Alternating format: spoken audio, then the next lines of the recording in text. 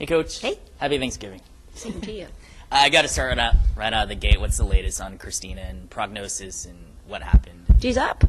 She's standing. She's walking. She's talking. Good things are happening. We'll a little bit doubtful about whether she'll be able to play on Wednesday, but at this stage it looks like we're dealing with some muscular situations and see when she can start to feel better. Just diving for a ball, or what happened? Yeah, she was diving for a loose ball, and the opponent was kind of the same, and she got a knee in the upper spine, which resulted in a pretty severe whiplash kind of action with her neck. So she's very, very sore. Gotcha. On the flip side, Ashley, Christine, Molly, I mean, they all stepped up and played really well in her absence and, got you 2 Ws. Kind of talk about what you saw and, how proud you are of what you saw as a result. Yeah, I really am very proud of our team. I thought that especially when Santiago went down on Saturday, obviously there was not a noise in the entire gym because it was a scary moment for her, for everybody who's concerned about her safety, and to be able to then respond and get your act together as a team and still go out and perform when you're worried about a teammate, I thought was admirable of our team and showed great character. And then certainly individual performances from Ashley Burns and Christine Martin, and then, a career high for Molly Schlemer yesterday with 17 rebounds. I thought every team member stepped up their game and tried to respond in a way that would help us win. In a way, do you think it was a plus that these women were able to step up and, show that you guys aren't all about Christina, that you have these other women who can step up and do what it takes to get a W?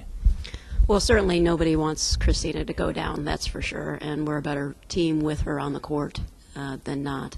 But taking advantage of opportunities is something that happens in every athletic event, and whether it's a teammate that goes down or a teammate that's in foul trouble, players get an opportunity to show what they can do, and several players took great advantage of the extra minutes that they had on the court as a result of Christina's absence. Talk about Pepperdine. What kind of team are they, and what will it take to beat them with or without Christina? Oh, they're a really tough team. Very athletic. They love to press, so our ability to handle their pressure. They're great penetrators. They can also shoot the three. We may show a little bit of zone, but last year we showed a little bit of zone against them, and they started out the game on fire. So I don't know if we'll show much there, but tremendously athletic, well-coached team, and we'll have our hands full for sure trying to contain them.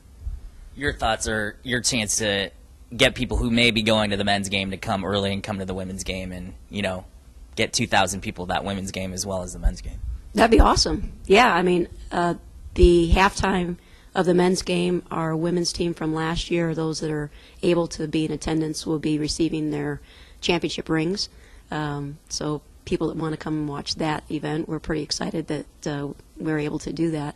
But certainly the game beforehand is a quality opponent, a team that I think is going to be challenging for a championship in the West Coast Conference. And whether we have Christina or not, we're going to give her a great battle out there. Is Rachel coming back? She's not going to be able to make it. We would love to have her. If anybody wants to send a private jet over to pick her up, I'm sure she'd be willing to hop on that jet. I'll work on it. Okay. Just in case, I don't know if we'll see you next week, but just kind of talk about this opportunity to, head to New York and travel with the team. You guys already bonded in Costa Rica, but now you get to do it in New York. I think it's going to be a ton of fun. Obviously, we're done with finals at that stage, so I don't have to worry about studying and taking textbooks with them. I'm sure we'll have enough challenges, try to pack enough warm clothes as we're heading out to New York. But it'll be a great experience for us. Obviously, a big challenge, too. Sacred Heart's playing very well, and Long Island always does a super job with their program. I think that being on the road for 5 games is going to be a major challenge for this team, but hopefully also a great bonding opportunity for us, and hopefully that's how we view it. Yeah, continuing on with the road trip, this is Wednesday's game's your last home game until conference play starts, which is amazing. So we probably won't see you next week, will we, for the press conferences? Yeah, Okay. We'll be traveling back after the St. Mary's game straight away. Okay. So if you want to talk to me, I'll be here. All right. Well, anyway, I mean, talk about the importance of that. Just defending home floor. We always hear Coach Calero talk about that, and especially now since you won't be home for a while. We won't see you for a while. So. Well, again, we have some really great competition. Fresno State was an awesome team to have on our home court, and certainly Pepperdine will be as well. Just as strong as Fresno State, in my opinion. Different style, but very aggressive, pressing kind of style, and so we're going to have to play well to get a W on our home court, but a great opportunity for us. You kind of mentioned a little bit about the injuries. What's the injury status of some of the ladies that are still out of action right now? Anybody getting close to Well, we're hoping to have Abby Bletcher back by the time we hit conference play. She hasn't been cleared to be on the court yet to do her non-contact stuff, so that comes hopefully right around the end of finals. So we're a couple weeks away still from that. Kayla Griffin gets reevaluated tomorrow. We may have her for Pepperdine. We had Kristen Ale that went down with concussion. She has to wait for 5 days, so we won't have her until maybe St. Mary's game. Jashay Lee is going to redshirt this year, so she's out. Nicole Allison, we hope to have her on the court to start training in February after her back surgery this summer. Who else? Paige Brown has mononucleosis and is unavailable at this time to even practice. So did I get them all? I'm sure there's more. But Jonae Irvin was half speed yesterday. She played on one leg with a knee injury. So we're beat up. I'm sure she was still pretty fast. Yeah, she's faster than I am. I mean, she could hop faster than I can run. How do you keep it together when it seems like this is an annual event, but I mean, how do you personally, maintain your level of sanity dealing with all these injuries?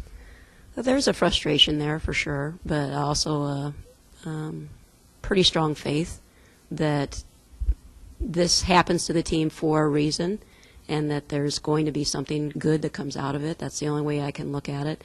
Sometimes I have to really look hard and to see where that good is. But ultimately, there is always growth that happens with a team. There's always challenges for a different player to assume. And even the challenges for the players that are out with injuries, it's a different perspective about the game. It's a new appreciation for the love of the game and the respect that their teammates have for each other.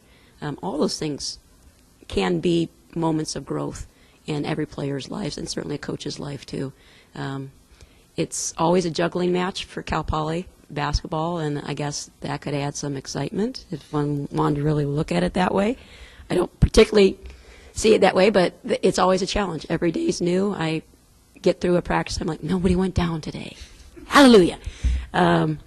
It's a constant source of revisiting why we do what we do and a challenge to get the best out of each person, including myself, on a daily basis. And everything changes. It's a constant flux. And then the next challenge is when you start getting these players back, how to mix them in, and everything changes. It's all season long where it's change after change after change. That can be a little bit wearing, I think, sometimes to players because they're already trying to discover what role that they can play with their team. And then next game it changes because now they have to play 30 minutes. Or now Santiago's back, so now I get to play 2 minutes. It's interesting, for sure. And the variable, the dynamic is ever-changing.